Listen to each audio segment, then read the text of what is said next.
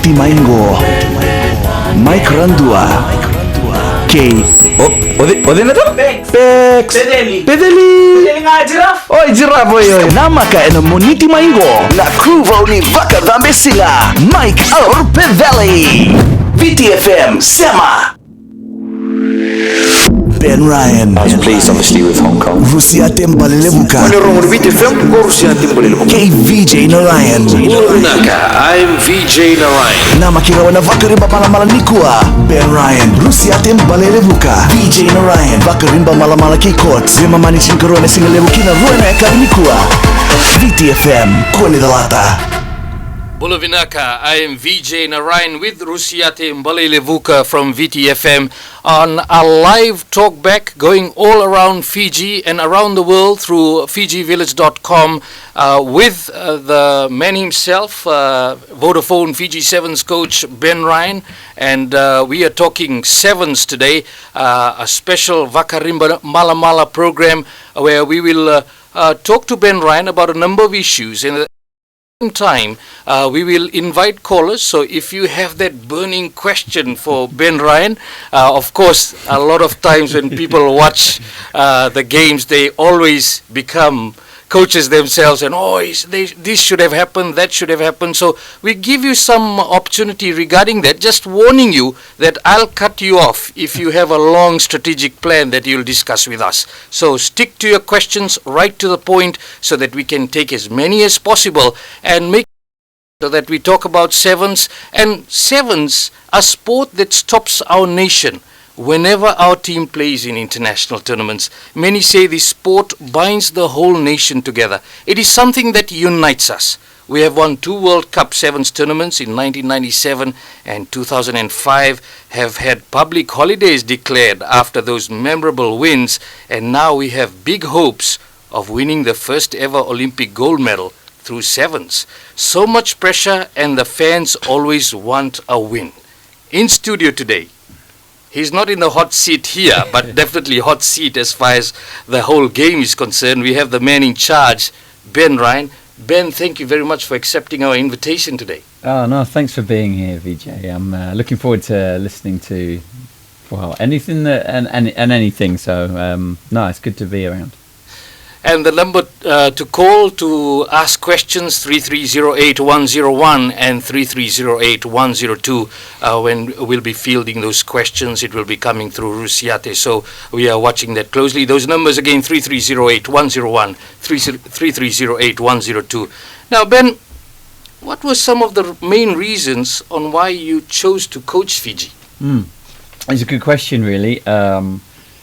Obviously, I left England and I was due to go and work for another job in England in professional sport, and I actually signed a contract. And then I heard that the Fiji job was vacant, and I rang FRU and just got my application in before the deadline, and then got a phone call saying there was going to be an interview over Skype. So had the interview.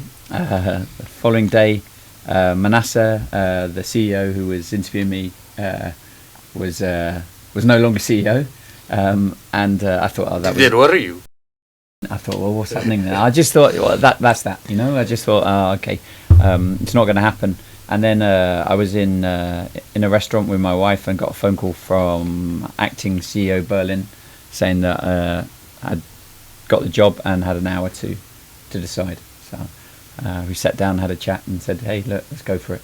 So the reason I applied for Fiji, and at the time there was 3 other IRB teams I'd had offers from. We decided that really for me it was a no-brainer. Like the way I want to play the game. Who were the other teams? I'm not gonna. They've all got new coaches now, and they're doing a good job. But there was certainly a tough decision in as much as some of the offers were good, and they were from big teams. But Fiji was Fiji. Fiji. I know Scotland. The game started in Scotland in Melrose, but the real home of sevens is Fiji. Definitely, someone like USA would have wanted you. No, let's not start fishing for the teams. There was a number, and I had some conversations, but it really was a no-brainer for me. And it wasn't about the package the teams were putting together. It was about the opportunity to make a difference. And I felt, having seen and coached against Fiji over the years and played against them, that there were things that hopefully I could bring to just give them that extra few percentage. And that at the end of the day was all it was. Fiji always near the top. Just need that extra 5 or 10% of consistency and all the other things that we're bringing together. And now so far, I've been incredibly grateful that this opportunity came my way. You're listening to Viti FM, a special talkback with Ben Ryan. I'm Vijay Narayan, and we have also Rusiate and Baleilevuka in studio. We will be taking your questions soon. The number to call 3308-101, 3308-102. In September 2013, you signed on as the coach for Vodafone Fiji Sevens team. You led Fiji to a tournament victory, winning the Dubai Sevens for the first time in the nation's history in December 2013. As coach of Fiji, you have won 5 tournaments, 2 in 2013-14 season, Dubai and Japan, 3 in 2014-15, Fiji won in Gold Coast, Las Vegas and Hong Kong. Let's talk about winning the Dubai Sevens for Fiji for the first time in 2013. How did you feel as coach, knowing that just weeks after coming in? It was good timing to, I guess, to maybe reinforce that my move to Fiji, was gonna hopefully work. That we got an early victory.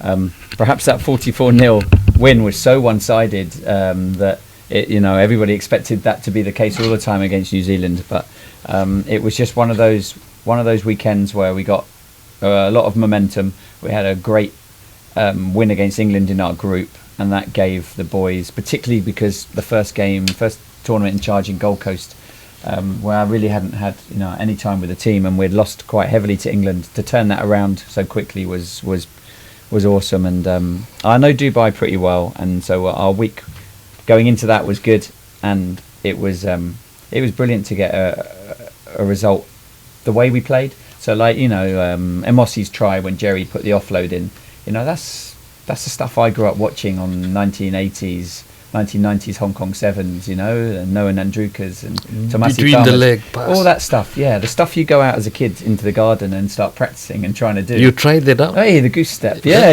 You tried the gallop from I tried the gallop. Tomasi Dama? I didn't say any of it worked, but I tried it all. I tried it all when I was playing, and as a kid, that's the stuff that you remember. The way Fiji play, and hopefully all I'm doing is fine-tuning that. I still want them to play that way. I still want to see that magic that inspires a little kid to go out and practice it.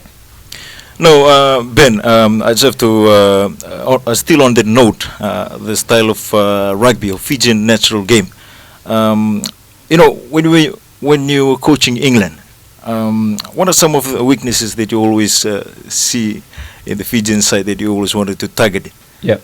So set piece, I knew that Fiji's line out scrum kickoff was not that well practiced, so we could, if we wanted to kick to line out, we knew we'd get our line out ball back. We knew that we'd steal plenty of line out ball from Fiji.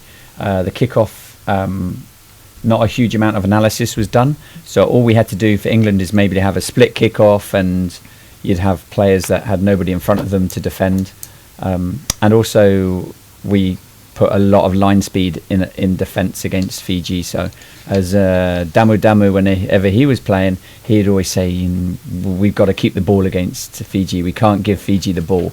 We've got to hold on to the ball and just and wait for our opportunities in defence as people came out of the line. And when we didn't have the ball, we put so much line speed on some of the playmakers. We'd pick on people. So right.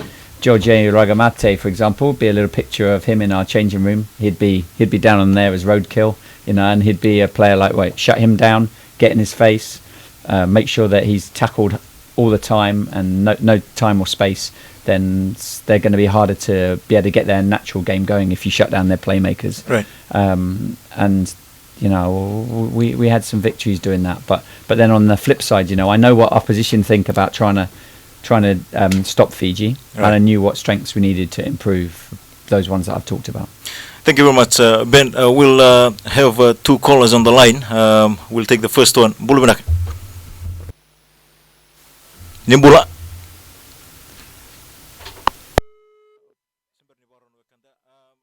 Next call on the line. Nimbula. First of all, I would like to say a big Baleilevuka to you and our creators for bringing back once again the cherished Hong Kong club. Yeah, of course, everyone is. I will be acknowledging you, Ben, about the win in Hong Kong. In Hong Kong, I've watched one of your videos, just telling the boys what to do. This is before the tournament. I think it's in the second day. Basing on the analysis of that interview, looking at how you are approaching the players, especially with the tackle count. This is one of the biggest thing that won us, that caused us the win in Hong Kong. Semi Kunatan has been also labeled as the beast by the commentators. Just tell us more on this about the work number doing on the defense in our national side. Okay, so there's two areas that we've worked a lot on. One is the individual technique to tackle, and then two is our defensive strategy.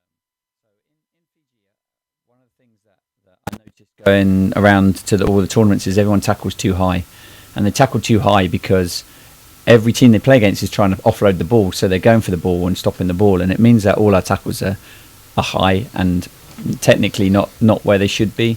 And if you get that wrong, then we get yellow cards and we miss tackles. So we've been doing a lot of one-on-one tackle technique practice on just making sure that they are getting better at always hitting their tackle rate. I was having a conversation with England about Dan Norton, and his tackle success rate was 79% in the last two tournaments, and they were very pleased with that. But for me, it has to be high 90s for our players. Right. We can't be missing tackles in sevens. And Semi Kunatani, because he's long-legged and long-armed. Once he makes that tackle, he gets to his feet. He can engulf the guy that he's tackled, and we get a lot of turnover. And the worst is if he makes a good tackle, is he slows. And then defensively, you hear me shouting Vamalua quite a lot on the touchline. And that's just one of our shapes. It's our slow shape when we need to just push them into the touch lines, and we can then attack them there. So we're not all, and then we have our line speed when we have our numbers. So it's understanding how and when to defend against different teams, and little tactics that we do against them. But underneath all of that is really good technique. Thank you very much, Ben. You are listening to a special talkback with Vodafone Fiji Sevens coach Ben Ryan. We'll take a short break and be right back. My mama doing the household chores, washing clothes, say it was cold, thank you mama. And my mama, she's cooking up a dish with a kitchen homeware, say it was cold, thank you mama.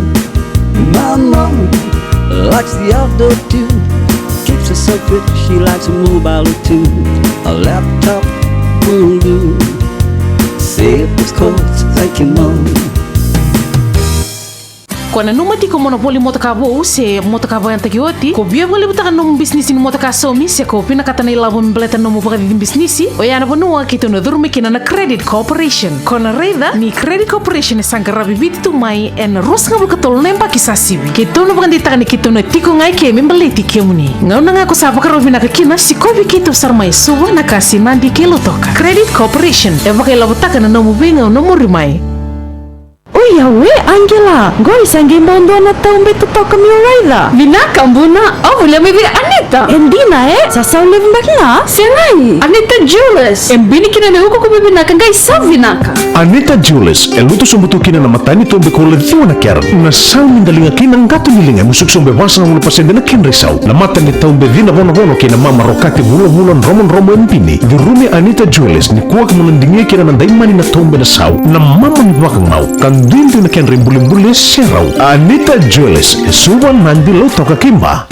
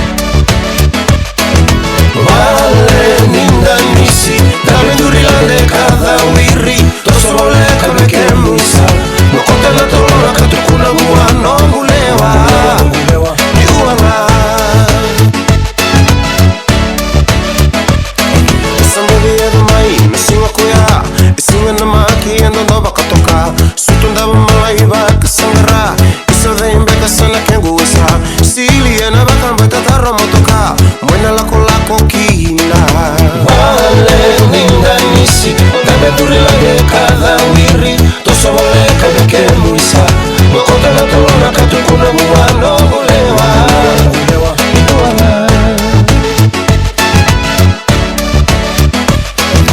raiwa wakine matokina mawi mekuni redi ya ukolongu ranandi nikuwa aundi na usanga ingalala oilei maibale etawana nubutanga matangu nungo eadoma na mataka walatake na lewu ni seta sererawa wale ninda nisi nabendurilane kada wiri tosobole kabeke muisa mokota na tolona katukuna buwano bulewa iguanga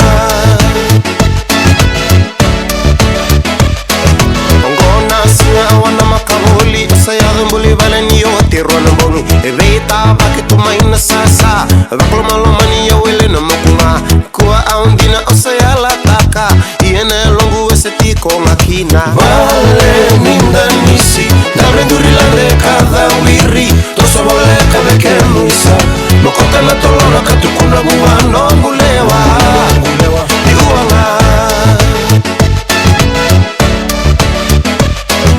wale ninda nisi nabendurilane kada wiri tosobole kabeke muisa mokota na tolona katukuna buwano ngulewa iguanga.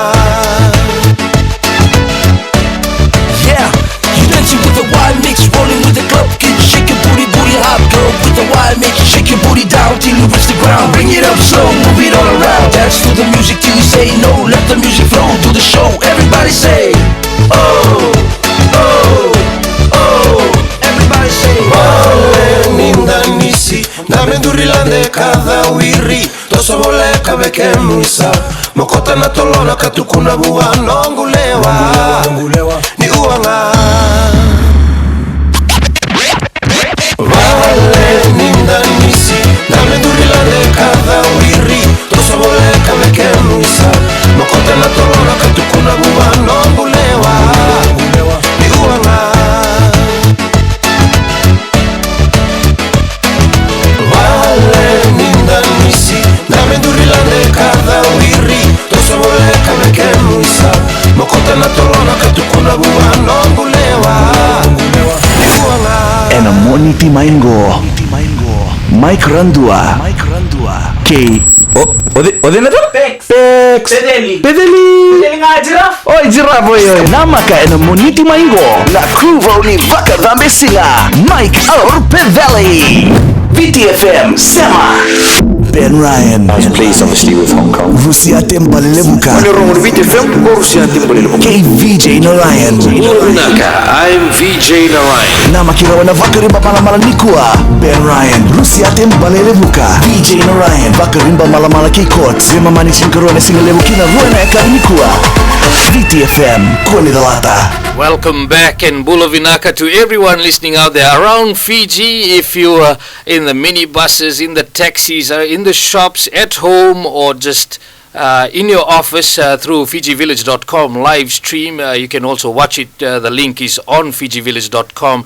And a big Bula Vinaka to even people listening in and watching from Sinai. As soon as they heard about this, they went online and they're actually watching the talkback as well. So Bula Vinaka to you all in Sinai.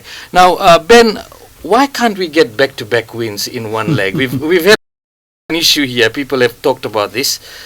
Can you tell us as coach what seems to be the issue here?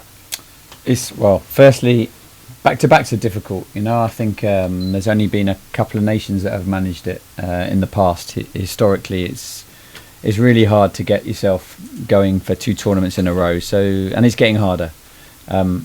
We were one try piece against semi-final and had the opportunities. Really, we had enough opportunities to win that game. 3 or 4 clear-cut chances that we didn't take. Which is good in as much as, we're going to create chances against those teams. But after the tournament win in Hong Kong, the boys were actually... I got their energy up to a good level in Tokyo. I looked at all the teams across the board. They all looked tired. I thought there was some really flat games of rugby in Tokyo that last weekend. But I thought we were physically in good shape to back it up, so that wasn't an excuse. And mentally, I thought they also had put to one side the Hong Kong victory, and they were ready to put another good performance. They knew that if we won Tokyo, that we would probably go number one in the world, and that was a big incentive. So it wasn't through lack of effort from anyone. We all worked hard to try to get everyone to the best possible shape, and that elusive double hasn't happened this season yet, but we're getting closer. I've got no doubt we'll do that over the season. Saying that, next year I'm not worried about doubling up. It's about getting one-off tournaments right, preparation for Olympic Games, and the tournaments are going to probably be spaced very tightly together next year. So we're gonna have to rotate the squad. Otherwise, we're going to have players burnt out for Olympic Games, which we should qualify officially after Glasgow. We will talk about the South Africa game later. Definitely people would want to know. Your questions again, 3308-101, 3308-102. Please call those numbers. Keep your volumes down of your radio when you ask a question. Straight to the point question. We'll take questions soon.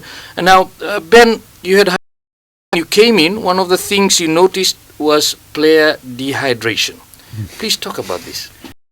My first tournament, I went to the drug testers. I always do that anyway, and just say to them, if I was with England or with Fiji, saying, what sort of samples are the boys giving? Because if they give good ones, that shows they're hydrated. And they said, Fiji have really struggled to give samples in the past because they're so dehydrated. And it was just small things, we weren't necessarily getting the rest that we should get going into tournaments, and we weren't drinking the right things, and we weren't eating the right things, and it was through no fault of the players. It just, you don't know what you don't know, and sometimes they got carried away with eating the wrong thing and drinking the wrong things, and not doing their recovery as well as they could. And Nava, who's our conditioner, has also been incredibly helpful. Another set of hands this year. Last year everything was, I was doing nearly all of it, and he started to come in at the back end of last year.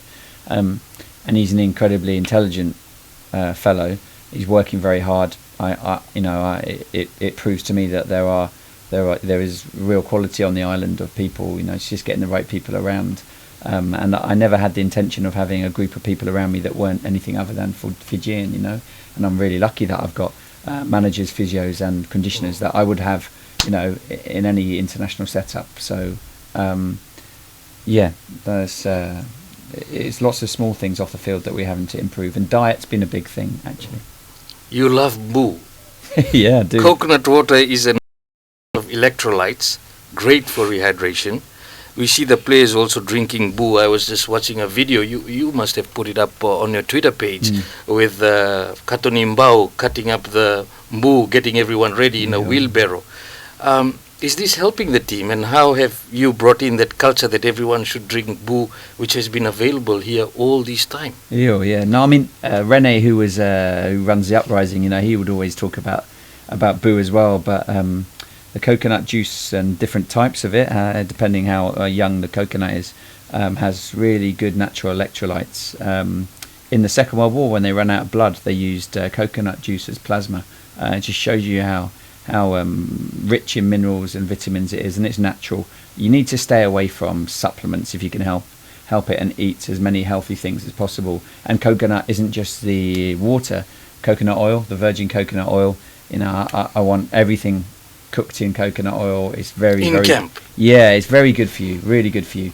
I'd take a couple of teaspoons when I wake up. It repairs cell damage. There's sometimes people don't understand that coconut oil and other things can be good fats. Your body needs good fats for lots of good things, and these boys need the right amount of energy. So we have lots of natural things as well. In England, I couldn't get a wheelbarrow full of coconuts at the end of training.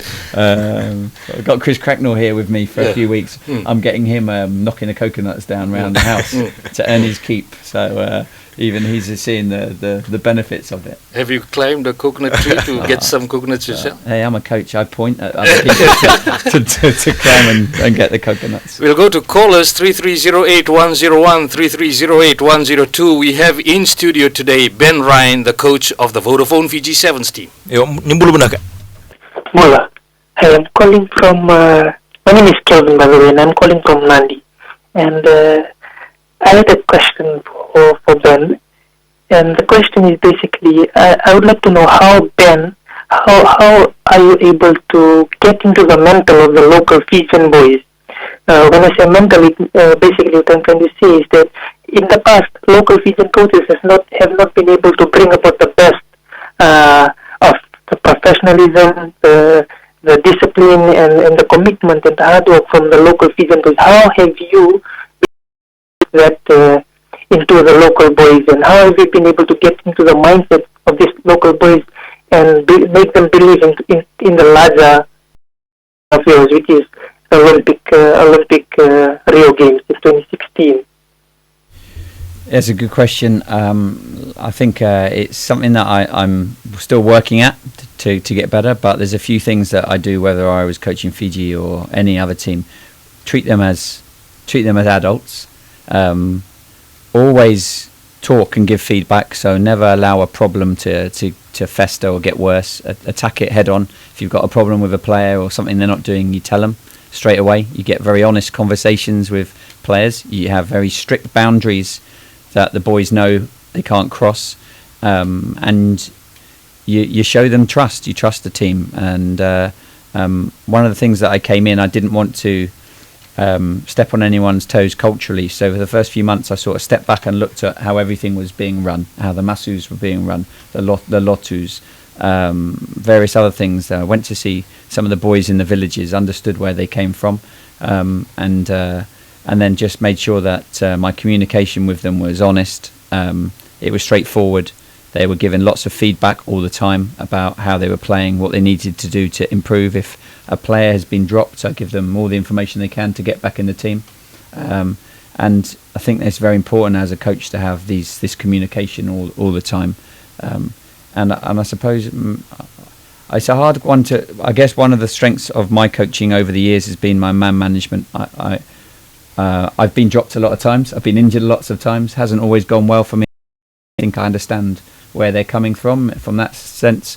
And rugby players and sports people, rugby players are rugby players all around the world as well. Yeah. And I think you can, you treat them with respect and trust them, then you hope that they give you respect and trust back. And if they don't, and they bait the boundaries, then they're no longer in the programme. And unfortunately, some boys have been pushed out of the programme because of their own actions, and others have just improved beyond what I thought they were capable of, because they're just, we've got some very good players, and they just need to be make sure that they know exactly what they've got to do. You don't know what you don't know, so you can't keep quiet as a coach. And I think it's important to always have open lines of communication. Yeah, thank you very much, Ben. We have a text coming in. It says, can you tour around the country, visiting our schools, giving our students some tips and stuffs about rugby? I'm sure you have been doing this a lot. We have another call on the line. Baleilevuka on Viti FM. Hello? Yo, ni Baleilevuka Viti FM, wari mala. Yeah, this has been Baleilevuka to Ben, and thank you very much for the victory in Hong Kong. I know that I know all the people know that you come on board and you change the way we played rugby. But one question I just want you to explain to the people in Fiji about PO2I. You know that all the past coaches, they've been picking that they finished. Actually, just people know about PO2I. I think the quality is bad, but yeah, the question is about PO2I. Yeah, okay, so when I came my first few days in Fiji, I went to the Fiji Water Centennial tournament, and PO was playing for one of the other teams in the competition, and I had obviously seen him play previously when he was with Fiji, and he'd put on a few kilograms. His hair wasn't as long as it is now. But I saw something in him, the ability to unlock defences, his hands. And so we picked him last year and got him slowly fitter. He had a tough year last year with his wife passing away. And I completely understand why he took the option to go to Sri Lanka at the beginning of the year. But I hope going back to about that trust and honesty, we don't have our management or in the team, and Pio was given an opportunity to come back. He worked very hard to get himself back to fitness. He's not at the same fitness levels as the rest of the boys, but as a coach, I think you're occasionally allowed that ability to choose someone that doesn't necessarily get to your standard that you want if you know that he brings other things. And his X factor in attack is, well, the coaches from the opposition, they say this he's so big. Yeah, well, why does he move like he moves, and why is his hands doing what he does? Why is Pio, you know? And he's a one in a generation player. It's unfortunate. I don't think Fiji's got the best out of him in the last 10 years, but it doesn't mean he hasn't got some real highlights left in his career. We've still got to get him a little bit fitter. He's certainly working a lot harder on defence, and I publicly said, he needs to work hard on defence. He can't switch off when he hasn't got the ball, and he's done that well. So thankful that we have the quality of player like Pio around to get us better as a side. Fiji Sevens coach Ben Ryan with us. Any questions? The numbers to call 3308-101, 3308-102.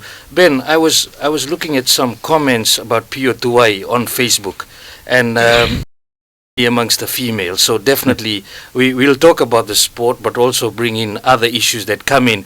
And they were talking about, I wonder what type of chemical he uses for his hair and who straightens his hair before the tournaments. Can you tell us if you knew anything about that? I don't know. The boys give him some stick, but I think he's not cutting his hair for a year after his wife passed away. And makes him maybe a more fearsome sight. I think if anyone underestimated him before Hong Kong from the opposition, he looks a little bit like he's carrying a bit of weight. He's got his long hair.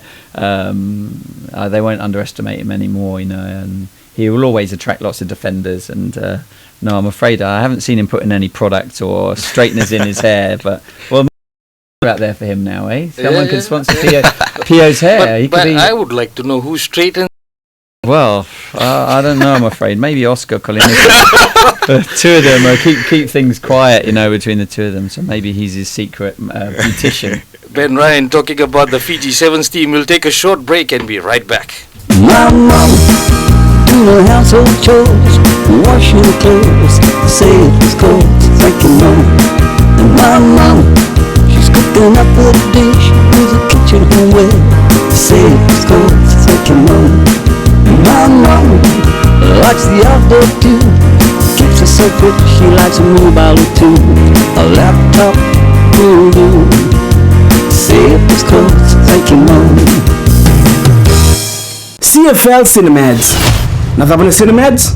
Everything go to Rosama Bata na Valni Alalo, can you talk to the Voli? Cinema, can I add? Go to Cinemeds. Go a Sara Rondondo, can I back the Clay when I know Voli? Baletta! Baletta, you also bring the Valni Alalo. And a Sarah together, no more add and a screen level. Iyo, Gaivan Duna Canero. Reta Lutaka. Candina, the Motor City Village 60 Village 4 and a Village Tekina. CFL Cinemeds, Toltolo Dova, Vituono. Kirimai.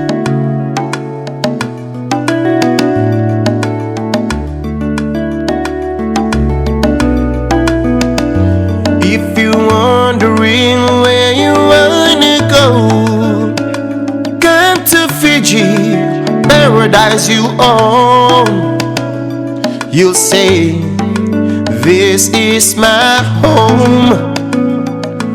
Bula is the word that you should know.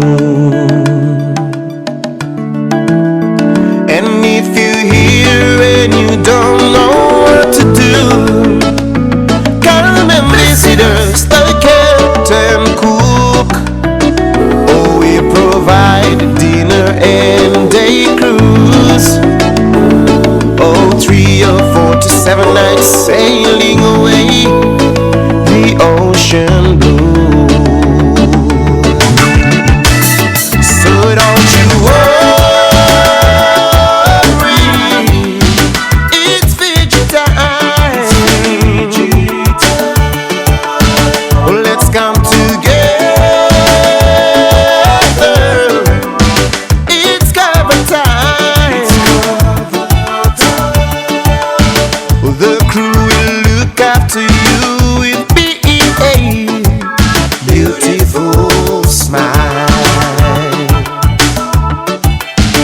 Why don't you come?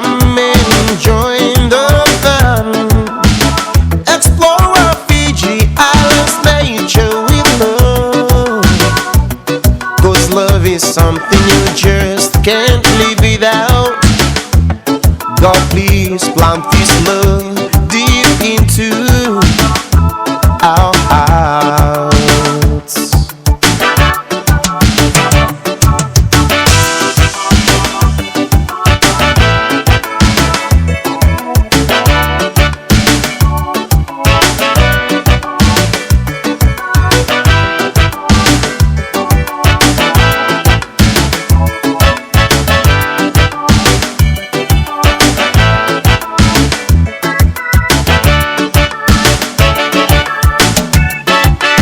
So don't you worry,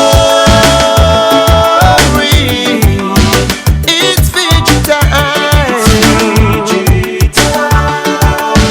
Well, let's come together. It's cover time. The crew will look after you with beautiful smiles. The crew will look after you with beautiful smiles. The crew will look after you with beautiful smiles. The crew will look after you with beautiful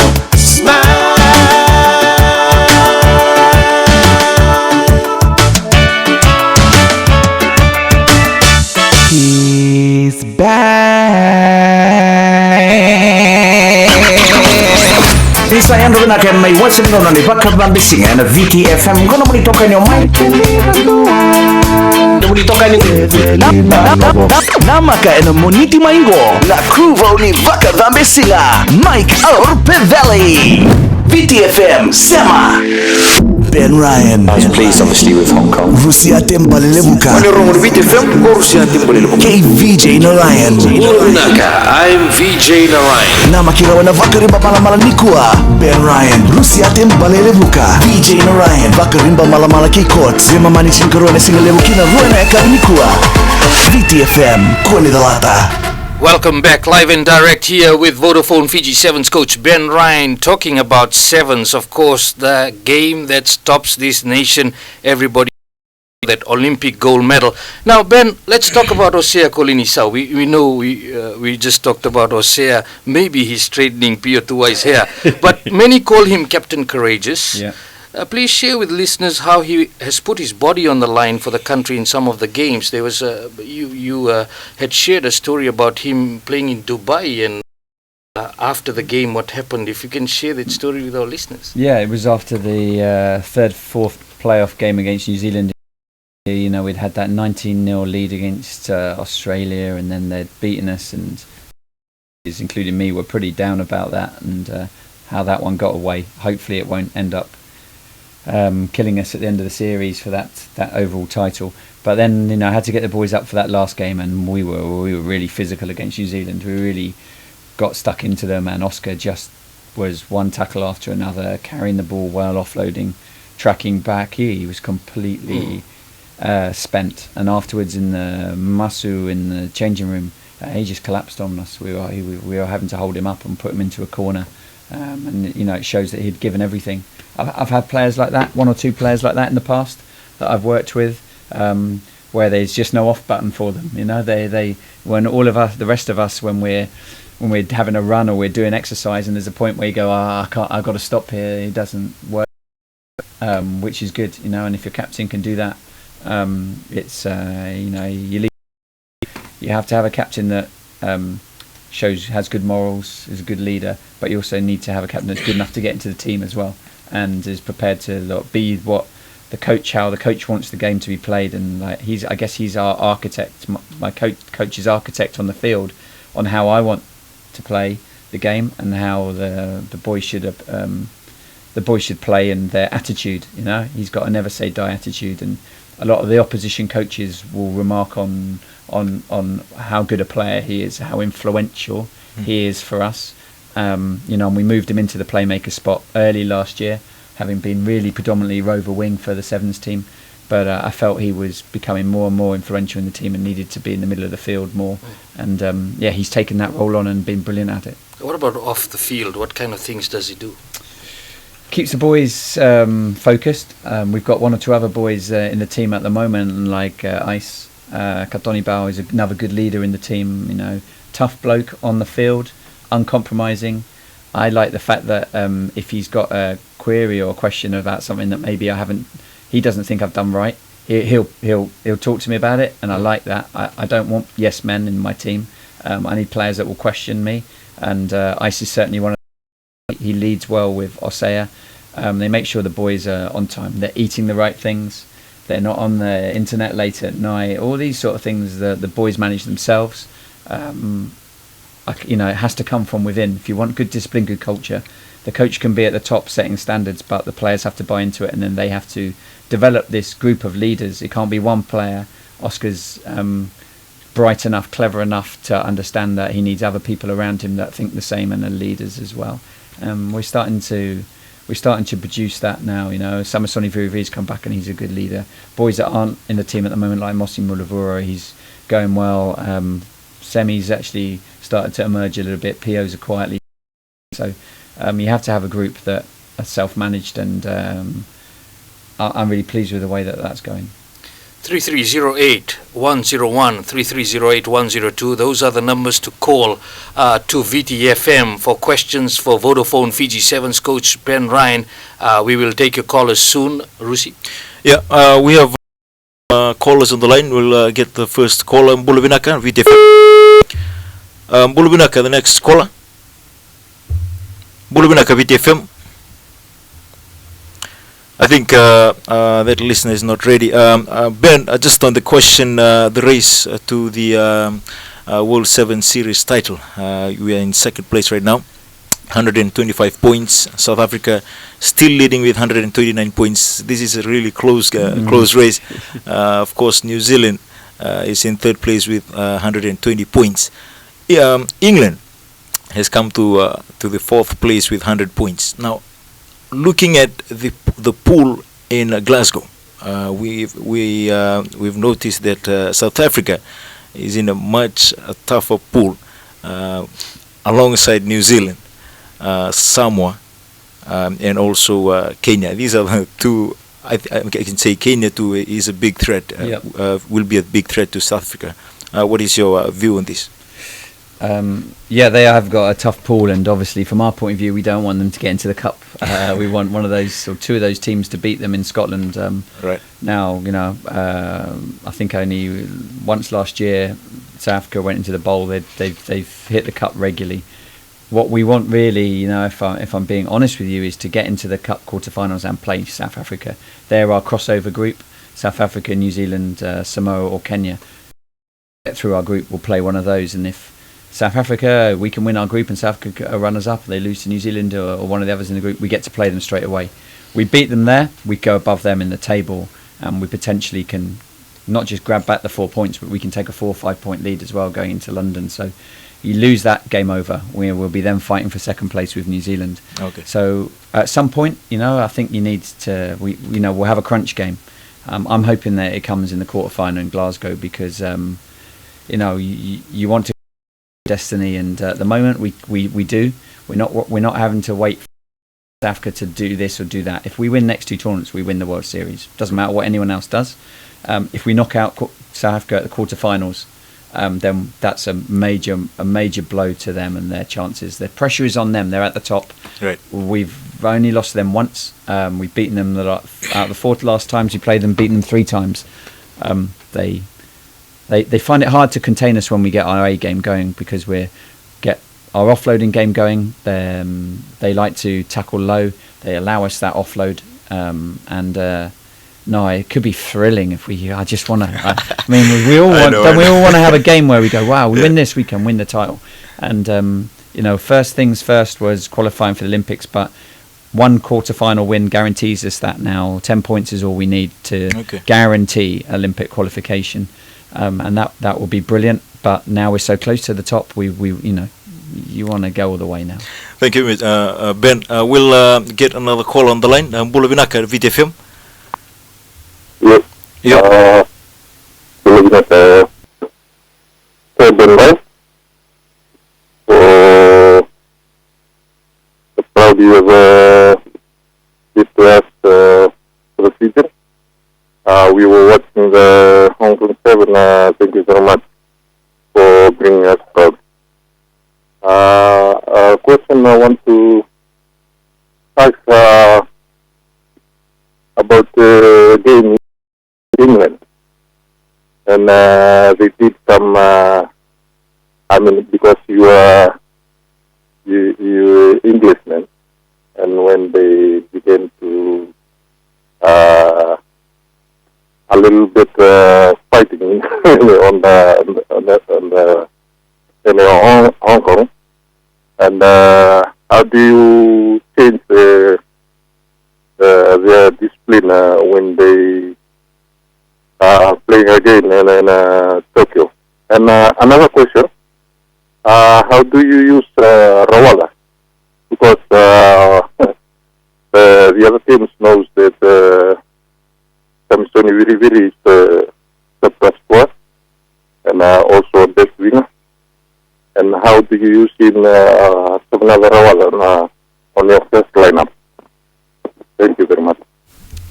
Sure. So the first question was about the England games. Yeah, it got a little bit got feisty, didn't it, in Hong Kong, and there were a few late shots from both sides. That meant that when we went to Tokyo, when we played England in our group, they didn't put assistant referees on the touchline. They put the main referees, so that all three of the top referees were watching everybody eagle-eyed for anything that we were doing. It's no.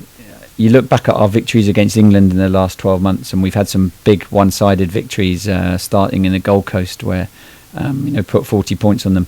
We physically face them, so Rawatha went hard against Dan Norton in the Gold Coast, and we front up against them, we counter-ruck them, we're powerful. I know the relative strengths of the two teams. I know that our Fiji team at the moment is a more powerful team than England. We can offload better than them, and we want to play to those strengths. And I think maybe the boys perhaps feel like they just want to prove a point that Fiji are better than England, and that I made the right decision to come across to Fiji, and so it gets a little bit feisty. But we always talk about our discipline.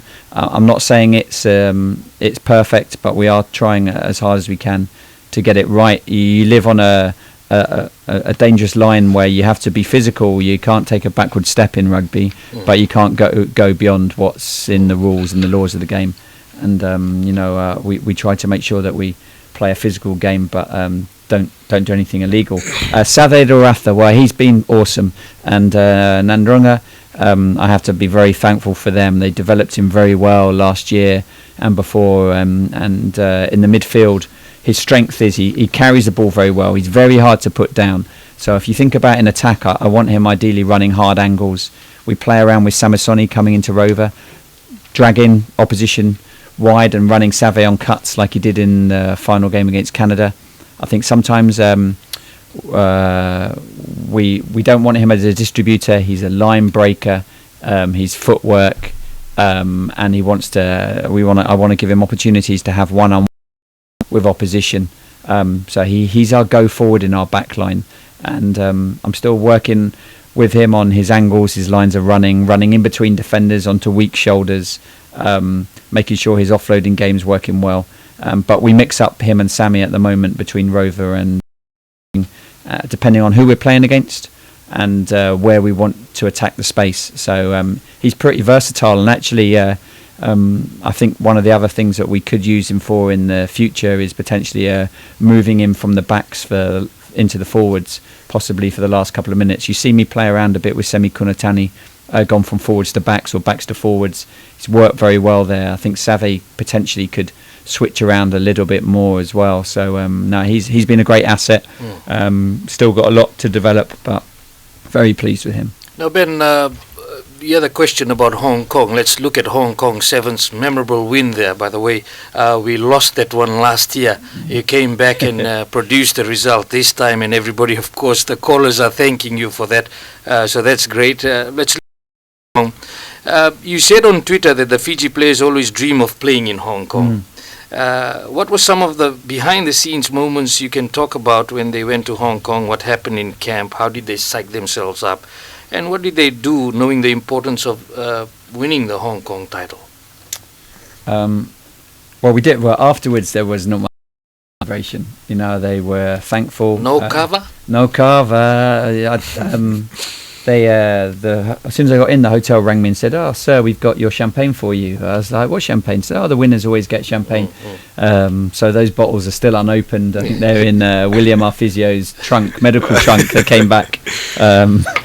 And the boys said, like, celebrate with the supporters in Hong Kong, phone their friends and family back home, and then concentrate on next week. They were really professional about that. But I think where I saw a slight change in look with Hong Kong, when we have our shirt presentation, we'd left it till the Friday, the night before. We did it the same day, and it was really, you know, I didn't have to say much. I know how much it means to them, and they just got up and talked about what it meant to play in Hong Kong.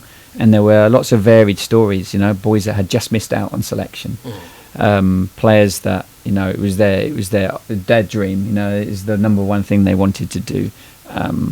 It was just one after another stories, and it was the most emotional I've seen them picking up their shirts before a tournament.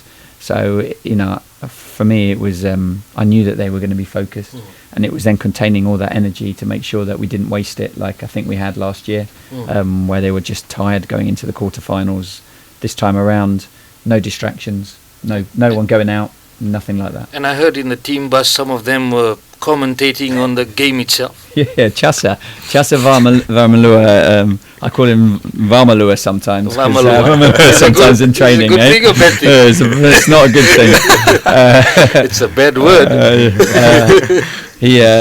Chasa, he's good at the commentating. Yeah, he's number one. And Save tries to get as good as him with the commentating. But no, they had some good fun on the bus rides. There's a lot of journeys in Tokyo and Hong Kong where the boys are all together, and actually it bonds them. And no, there was a good vibe around Hong Kong, and they were very professional.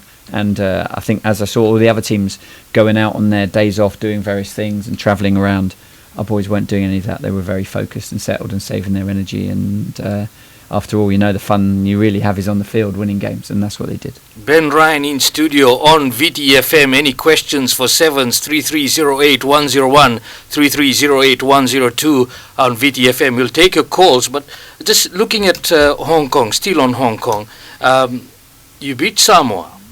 Then you went on to edge England in that nail-biting quarterfinal. And then, of course, then South Africa, then New Zealand. But looking at England, as we were talking about England, we seem to have some issues with England. And you were the coach of England, of course, and you would know mentally how you can get to the Fiji players. And some of the players did get to the Fiji players mentally, psychologically in that game.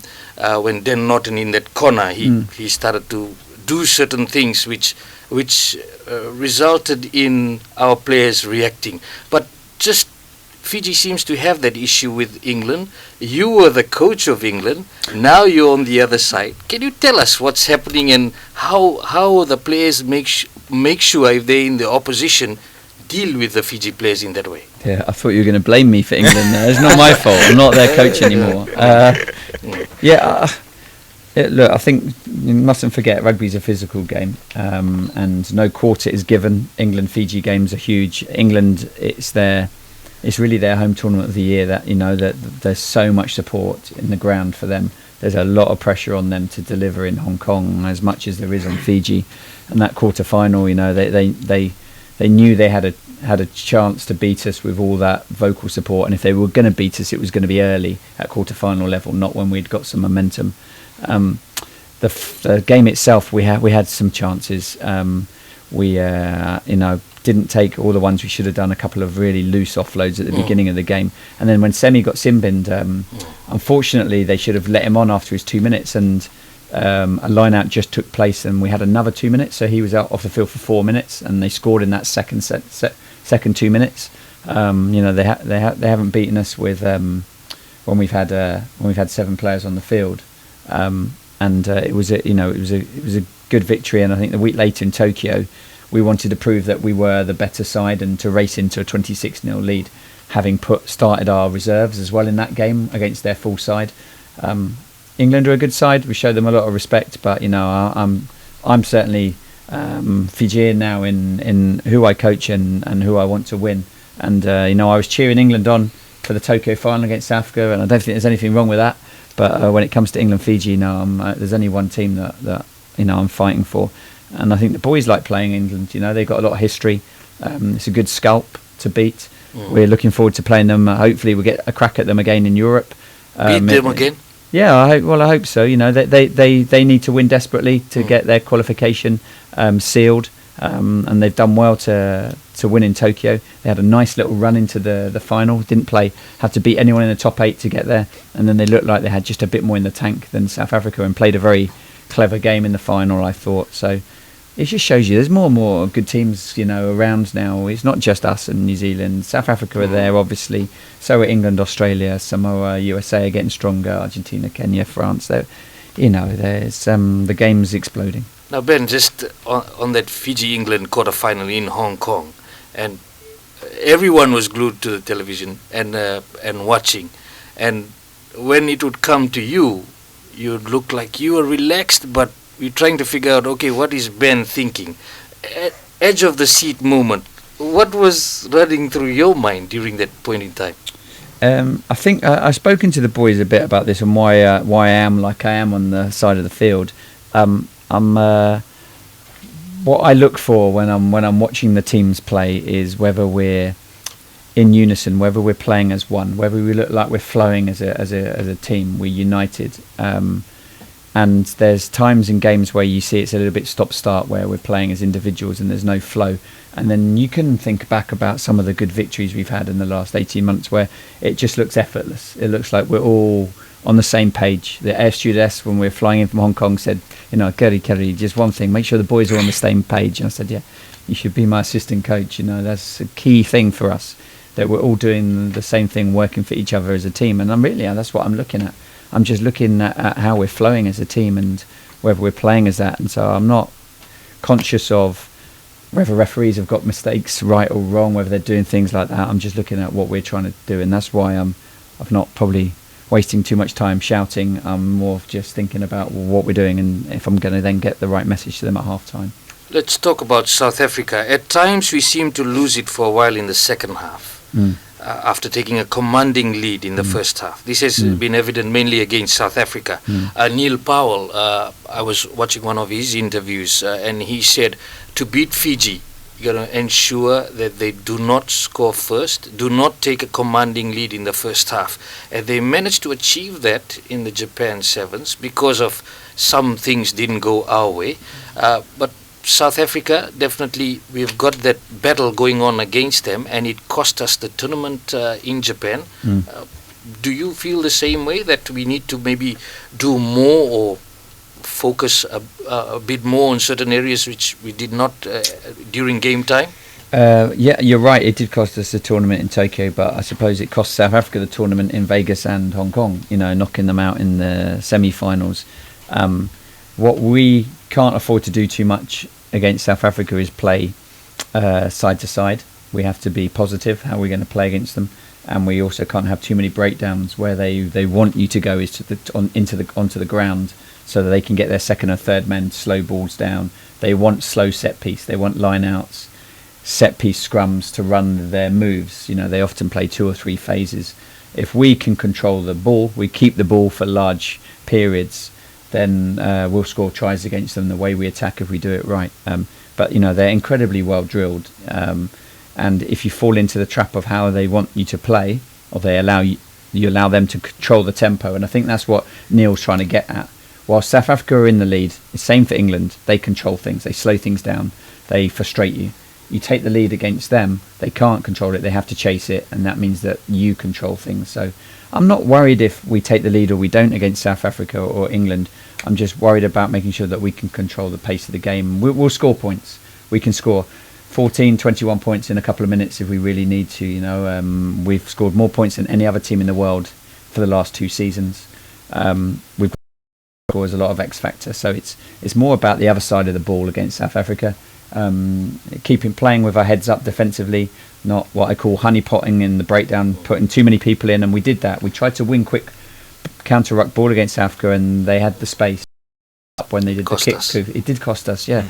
Against South Africa, you have to know when to buta the rucks and when you barase the rucks, and you have to get that right against them. Otherwise, they'll just work the numbers. They'll play the numbers game against you, and then as soon as they take a lead, that clock becomes your enemy. I like that phrase you just said, barasi the rucks. Yeah. We'll take a short break. 3308-101, 3308-102 FM. We're talking to Ben Ryan, the coach of the Vodafone Fiji Sevens team. My mom doing her household chores, washing clothes, save his clothes, thank you mom. And my mom, she's cooking up a dish with a kitchen homeware, save his clothes, thank you mom. My mom likes the outdoor too, keeps herself fit, she likes a mobile or two, a laptop, boom, save his clothes, thank you mom. Chalesi, sama kapa nilipote. Hivyo suti ya Osaka. Tosavaka ili ya na vore nikao kawa. Satek vusara ya go metao mboko. Kuwa nita kapa ngori ya ucha. Wawata waka lelai. Mama Osaka na ngaisa sanga. Nyatha era tungo esa makawa ngesa uti na nyone ni nanda vaka ya nitaki. Oso, iwi itali na bono meola kikao ngatha vovo ni kompyuta maikina. Saka, ni ngaisa rave Bondwell. Chalesi, cha! Bondwell namba 2 na tambana ni mona libu Viti, namba 2 na laptop e voltaka, na smartphone kena ngada Baleilevuka. Kiongan rewan komputer, si kopi Bondwell, Fiji's #1 in IT.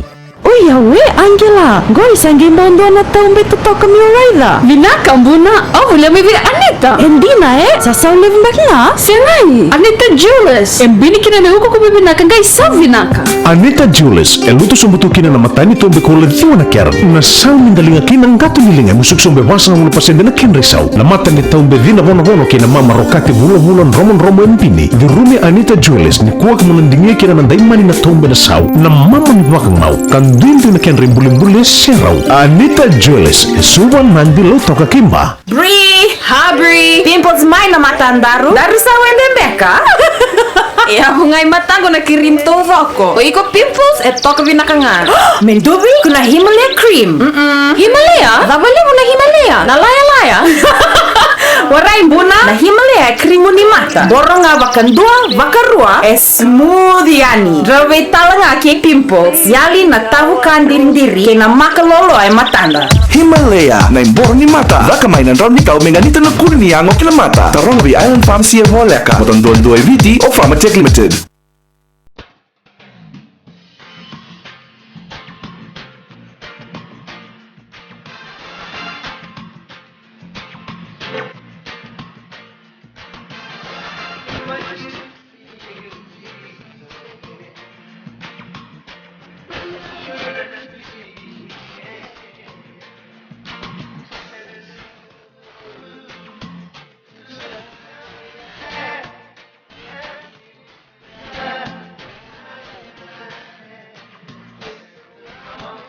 Vijay.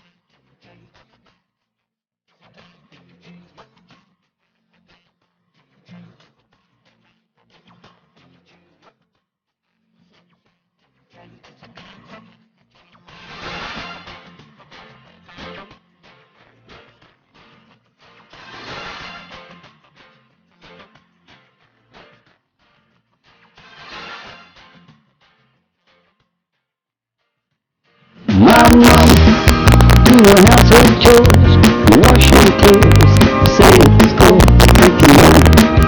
My mom, she's cooking up the dish, cleans the kitchen away, save the cold, making money. My mom likes the outdoor too, keeps herself fit, she likes a mobile or two, a laptop will do, save the cold, making money.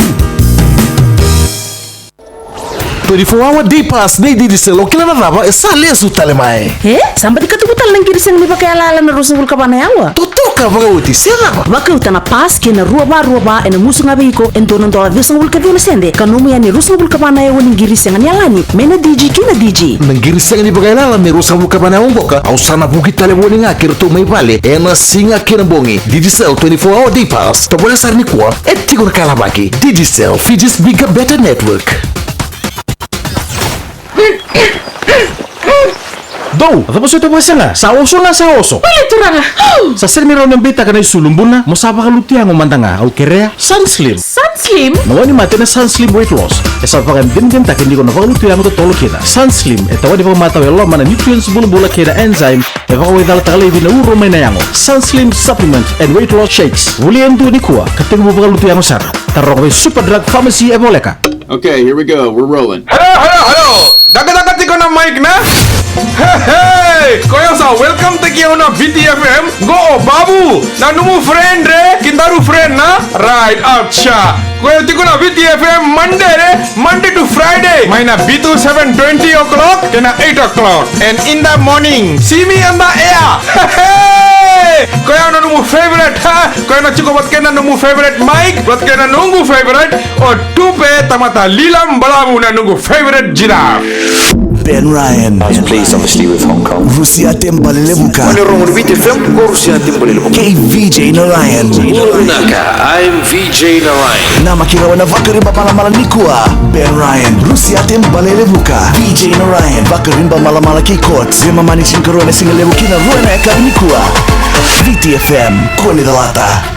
Ibina balebu ni barno tumene bari malamala ki coats wakinan vital notikin dari watabli the Ben Ryan.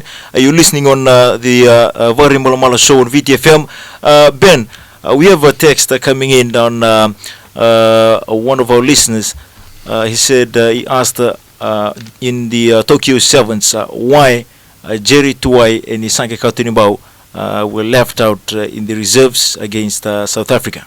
Can you just explain this? Yep. So the two players. So Jerry got a bad rib bang in the final in Hong Kong and couldn't train much at the beginning of the week in Tokyo, and then he got ill. So he was in bed for nearly the whole week in Tokyo and didn't look at the same form as he had been the week before. And paired with that, Vatimo Ravuvu was playing very well, and his restarts were pretty crucial.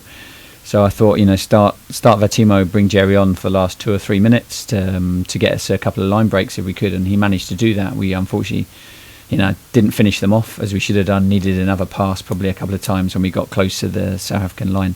And then for Isaki, it was originally I was probably going to start him with Pio and Semi. And one of the main threats to South Africa is their kick-off. We have to have a lifting pod underneath their kick, and Pio and Semi were going to be that pod. But Pio was injured, so the next best pod was Jasa and Josiah. And I felt that if I started those two with Semi, then that would negate, if South Africa won the toss and they kicked off, which they did, we could deal with that first kick-off, which we managed to do. And then later on in the game, Ice would come on.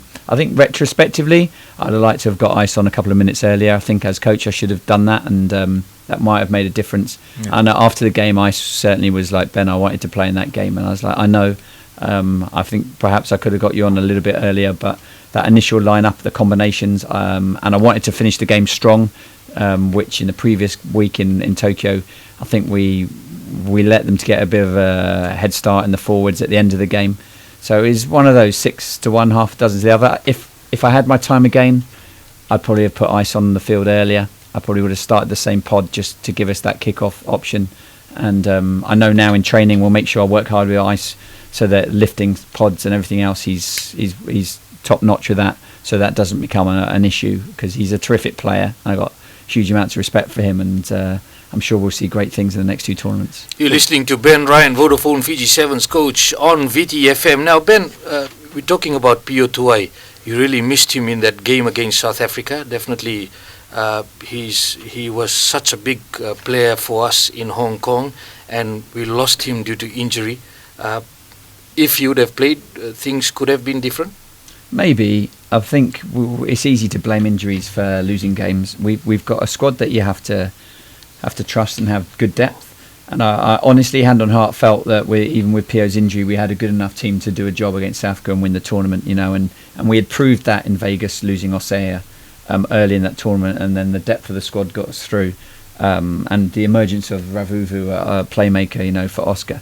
And it's the same for Pio, opportunity for Josiah Winnie that's slowly emerging, again very raw, but he's got some talent, and if we can allow him to develop that over the next season or so, then we'll have a good player on our hands. And no, I think we can never blame injuries. Every team has injuries. Yes, he might have made a difference, but no, we still should have won that game. There's a lot of talk about kickoffs, winning kickoffs, and of course good in how we perform during kickoffs. Most of the time we are doing volleyball passes, like tapping it, and that's 50-50 ball, rather than at times we can take clean catches, but the players are not doing that because it comes from the natural game that they play. Normally it's just a tap. Are you trying to change that? Yeah, so I think they're only 50-50s if there's no communication or positioning around the ball. So if somebody's going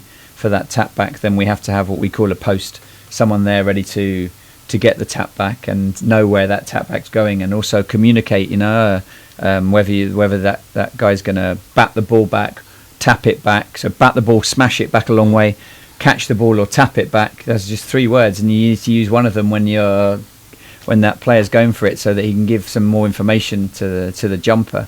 And there are times that in training that I see players going up for the ball with 2 hands and they should be catching and they're knocking it back, and we're trying to iron that out. But there's also times where against teams that have good lifting pods, the tap is the only option to get the ball back, and then you have to react quicker and you have to have the players in the right position. So it's a mix, really. I think I don't want to play away from the natural, like Pio, a natural ability to tap rather than catch. You also need to be able to catch But it when he you might can. tap and it goes the other way. Then we have to make sure that we have the right players in the right positions, and you do your homework. So, like, you know, you're playing.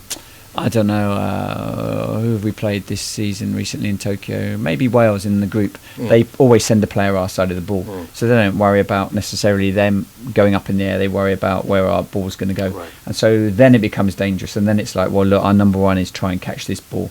Though only tap back if you have to, and better to bat back. So smash that ball away from the melee of players, so that 50-50 is back in our favour. So there is ways of overcoming that. But no, I'm with you. I'd love them to just be catching and scoring. It'd be a simple game, eh? Let's hope that they have those clean catches. What about the careless offloads? Well, it's another thing again, you know. Like Oscar said to me once, you know, we live by the sword, we die by the sword. And it's true, you know, we're an offloading team. The strength is we don't have many rucks, which means opposition don't get involved, referee doesn't get involved, because we keep the ball alive. We're also analysed then for opposition. The negative is teams will get in our passing lanes, like Australia did successfully in Port Elizabeth, and they will also be ready for those loose passes. So, as I keep saying to the boys, if our Dalanoa is not live all the time, then when the ball carrier's got the ball, he has to know that the options are around him to make those passes effective. And it's, you know, it's something that I'm never going to take away. It's about the good decision making around the offload, and we just have to practice. That's how we get better at it. You're listening to Viti FM in studio with Ben Ryan, the coach of the Vodafone Fiji Sevens team. Now, losing players to overseas contracts. We were just talking about New Zealand rugby, the Super Rugby players going. Bryce Heem is going from the Chiefs. Saili is leaving from the Blues, of course, and Piu Tau is leaving. So that is what's happening in New Zealand. But for Sevens players and you getting your team together, it's been a constant battle with players also being eyed by top French clubs, and they just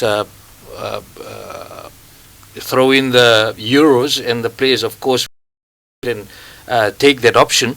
Will you be able to hold on to some of the key players, and what is the deal with some of the players who do go overseas? Does Fiji have any right to secure their availability for the Olympic Games? It's a good question. It's a big discussion point, contracts overseas, and there's two categories for them. There's the right contract at the right time that pays the right money for the boys and can be a life-changing amount of money. And no one's going to say that that's the wrong thing for somebody to go if they're being offered, you know, $250,000 plus to go abroad, and a lot more than that in many cases. But it's the ones that go too early, or for deals that aren't good enough, or put them actually in a worse position than they were in. You know, I saw some agents at the under-20s trial yesterday, you know, and they're just playing the numbers game. They just want as many as they can to go abroad. They make some money out of the deal, and some might make it, but the majority aren't, because it's too early for them to go abroad. They're not being developed yet. They haven't had that game time. We will probably lose some players this year overseas that will be given deals that will be too good to turn down. So with all the deals now that are getting negotiated, or ones in the future, then I'm talking to the clubs about making sure that in the boys that are already in France, if they're renegotiating deals, get them to talk to the clubs about making sure in their contract it gets put in release for a certain amount of tournaments before the Olympics. And for any boys that might go this year, make sure that the clubs put in a release for a certain amount of tournaments as well, because we can't force the clubs to release a series next year. All we can do is allow the players to be released for the Olympic Games, and then probably for about 5 weeks before the Olympic Games to train with the team. But you know, I'm trying to think of somebody that hasn't played. So let me try and think. Tuisova at Toulon. Right, watching him play at the moment, a terrific winger. You know, I know he only played once in the sevens, and then they got rid of him. But he's a good player. I've never coached him. I would never, therefore, then I couldn't ever pick him just straight into Olympic Games.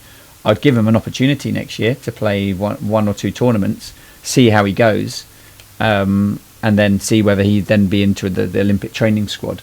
And that's where all the foreign overseas boys, I've said to them, look, you know, you want to put your hand up for Olympics, talk to your clubs, get released for at least 2 tournaments next year. I'll have a look at it. The priority is not winning the World Series next year. It's about the Olympics. group of players So together. it's about these players talking to their clubs. Have to, yeah, and then before, if any of the boys are new contracts, then you can put that into you can put that in condition in. One of the players in Stade Toulousain, Timothy Matanavo, he was a grade 7s player, and then he's left and playing 15s for a while in France. He has said he's available for the Olympics. Are you looking at some of these players, or will you stick with the core of your current team? I'm sure they've all said they're available. All the overseas boys, I've had countless emails and phone calls from the boys that are abroad wanting to be available for the Olympics. My view on it is the same as it's always been. The majority of our team will be island based. I've got no doubt about that. And they'll be based on form. If we win the World Series this year and go into the Olympics as number 1 seeds, it's because of the boys that have been on the island, with the addition of Samasoni at the moment. I think where we'll look at it is there will be spots for some of those overseas boys that will force their way into the side, and I would imagine a percentage of our group that go to the Olympic Games will be from overseas, but a small percentage, 2, 3, 4 players.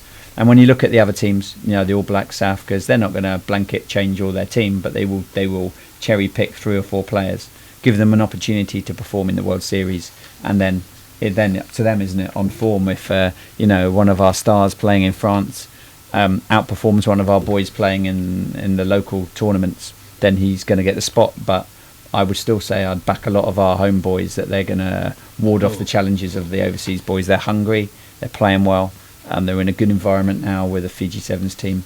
But the door's open, and it will remain open. Your good friend Gordon Tidgens has got his wish list together.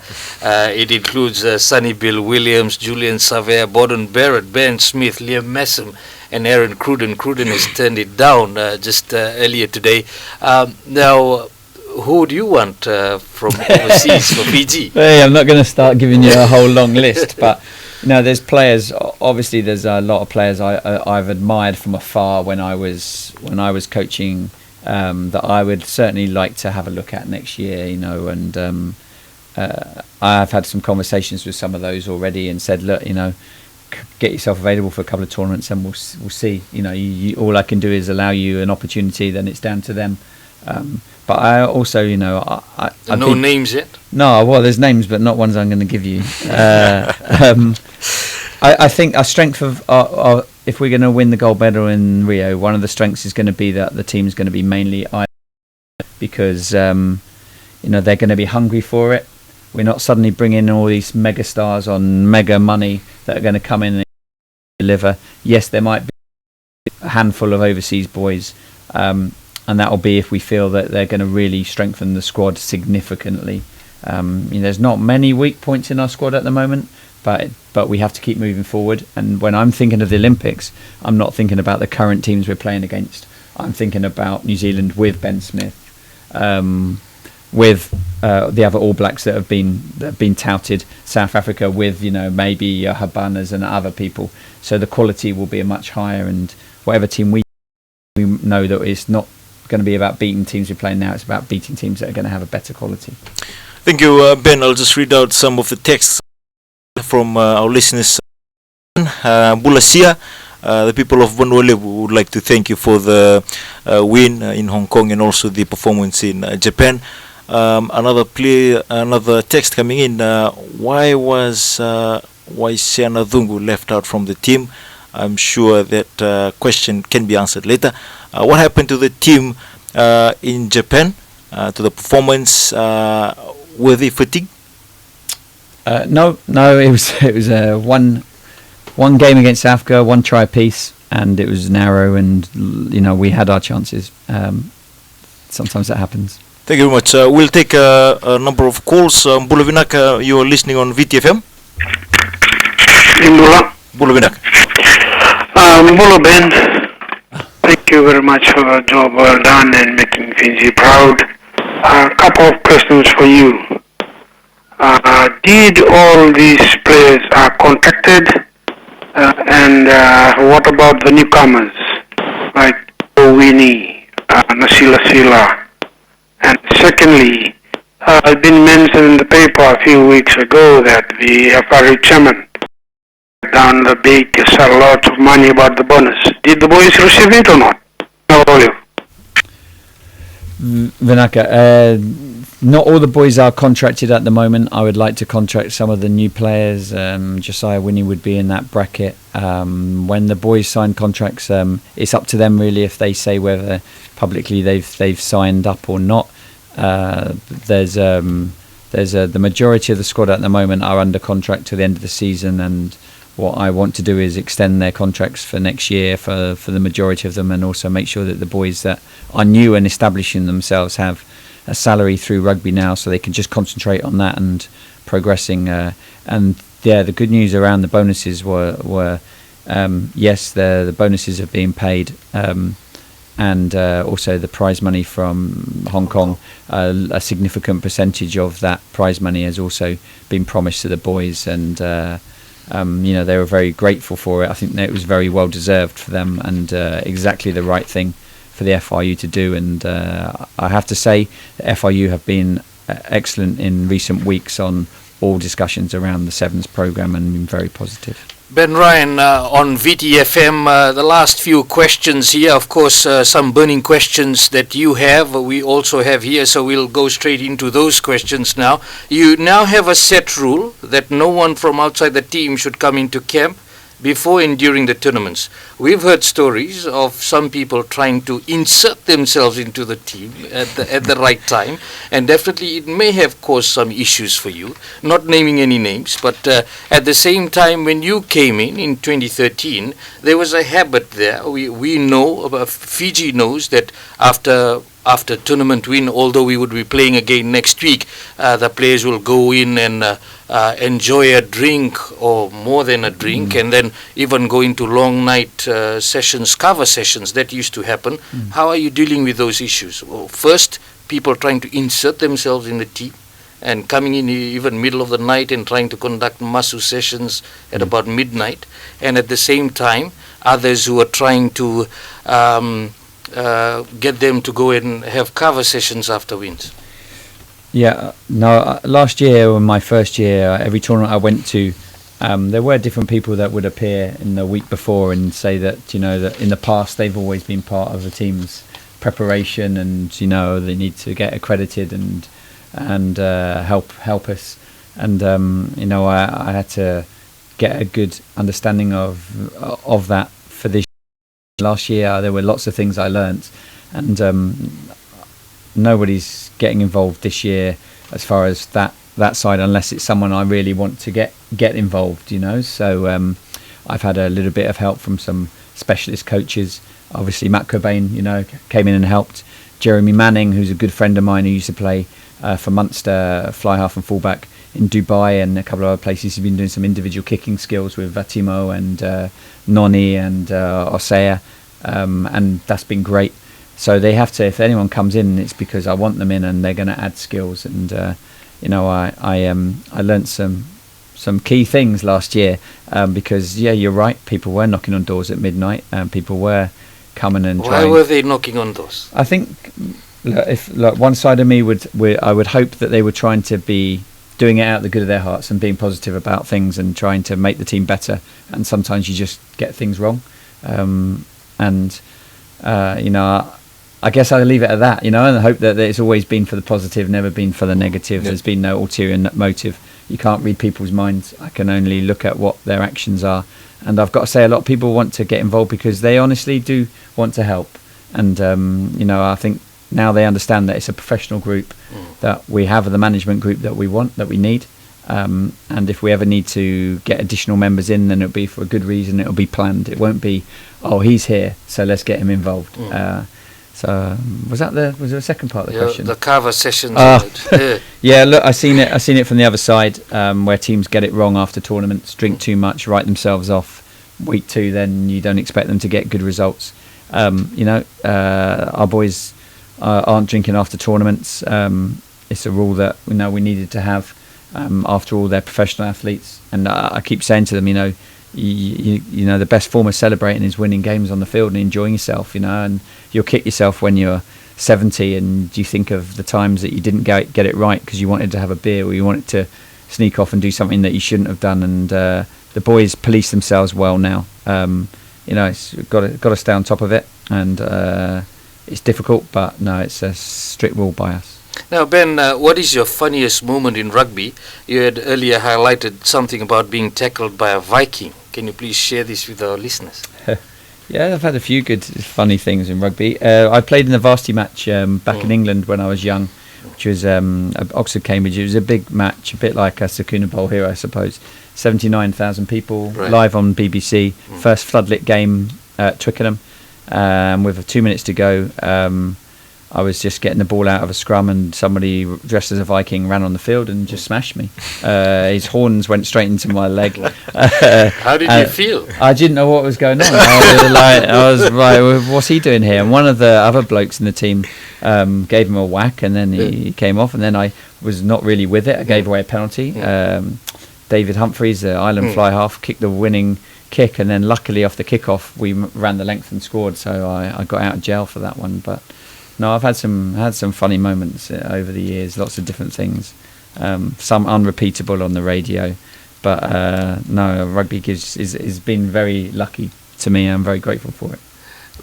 Ben, just what are some of the most memorable moments for you in rugby? It could be from Fiji rugby, even England rugby. You've coached the two teams in sevens. My first tournament victory always is a big one. So 2009, winning Wellington, another Fijian involved in that. I saw in Damu that scored the winning try when we were 19-0 down against New Zealand for England. That was probably a big highlight. First sevens team to win against New Zealand in New Zealand. For Fiji, Hong Kong was hard to beat. You know, there was a lot of pressure heaped on us. The boys played well. I mean, Dubai was special. But I don't think, if I was going to say, like, if someone looks back at Fiji and says, what was the things you remember most? It's on the side of the field when one of the boys does a sidestep that, or a pass or an offload that I go, well, where did that come from? That's awesome. And I'm a spectator there supporting and wanting to clap and go, that's fantastic. And at that moment, I feel very grateful for being like at ground level, watching it and being part of that, because it's quite special. I think, you know, for me, rugby in Fiji Sevens is it's magical, and so I think I'll have those memories, those little things that happen on the field will be my overriding thoughts probably about whatever happens, whether we win gold medals or we don't. It will be those small moments that I'll think the most of. Ben Ryan on Viti FM. Final question. We do not have a crystal ball, but we definitely have a chance to win the World Rugby Series this year, a real chance, and also secure an Olympic Games spot. We all want to win. Definitely everybody listening out there, Fiji fans, all want to win. We also want that Olympic gold medal. Can we do it? Yes, we can do it. You know, I have absolutely no doubt about that. And I say to the boys, our biggest opponent is ourselves.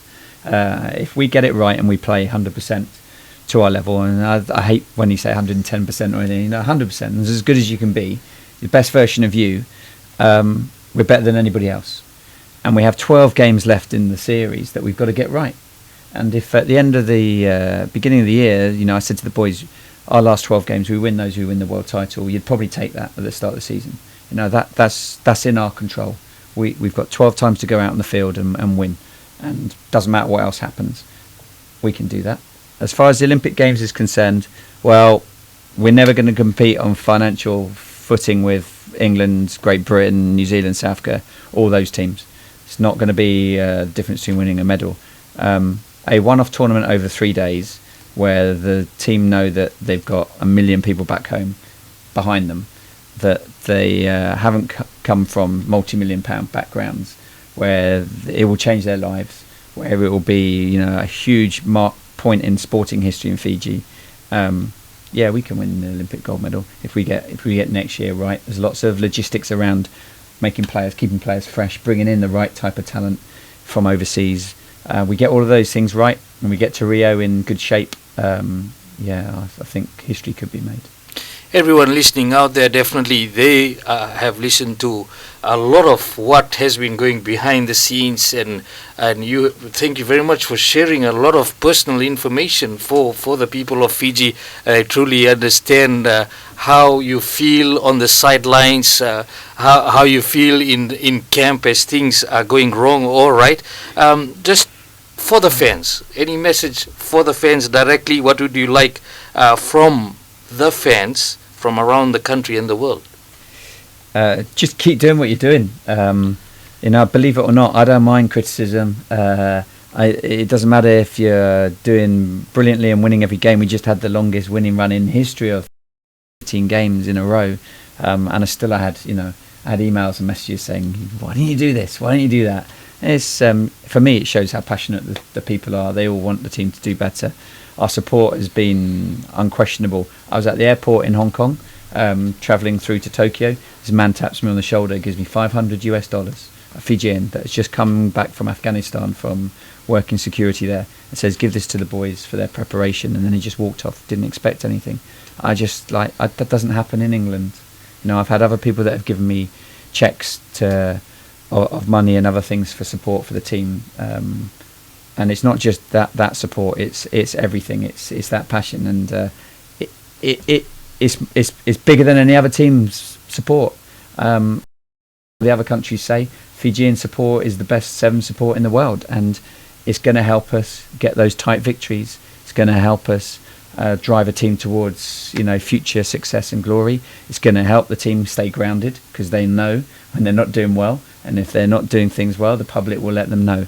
So that 8th man is going to be even more important as we approach the over the next 12 months. Valevu, Ben Ryan, the Vodafone Fiji Sevens coach, and live and direct for you on Viti FM. Thank you very much for accepting our invitation on behalf of all our listeners who joined us today on this special talk back on Vakarimba Malamala with Rusiate and Baleilevuka. And we would also like to remind those who are listening, there'll be something different coming on Viti FM. Stay tuned as we have the man coming back, and that's Michaeli Randua. You better listen in too, Ben. He's a good character. I think he will make your team proud if you get him in to be maybe a water boy. And with the giraffe, Pedeli Nanovo. So we have those two coming on Viti FM, kicking off things at 6 a.m. and running through till 9 a.m. Don't forget, that starts on Monday right here on Viti FM. My mama do the household chores, washing clothes, say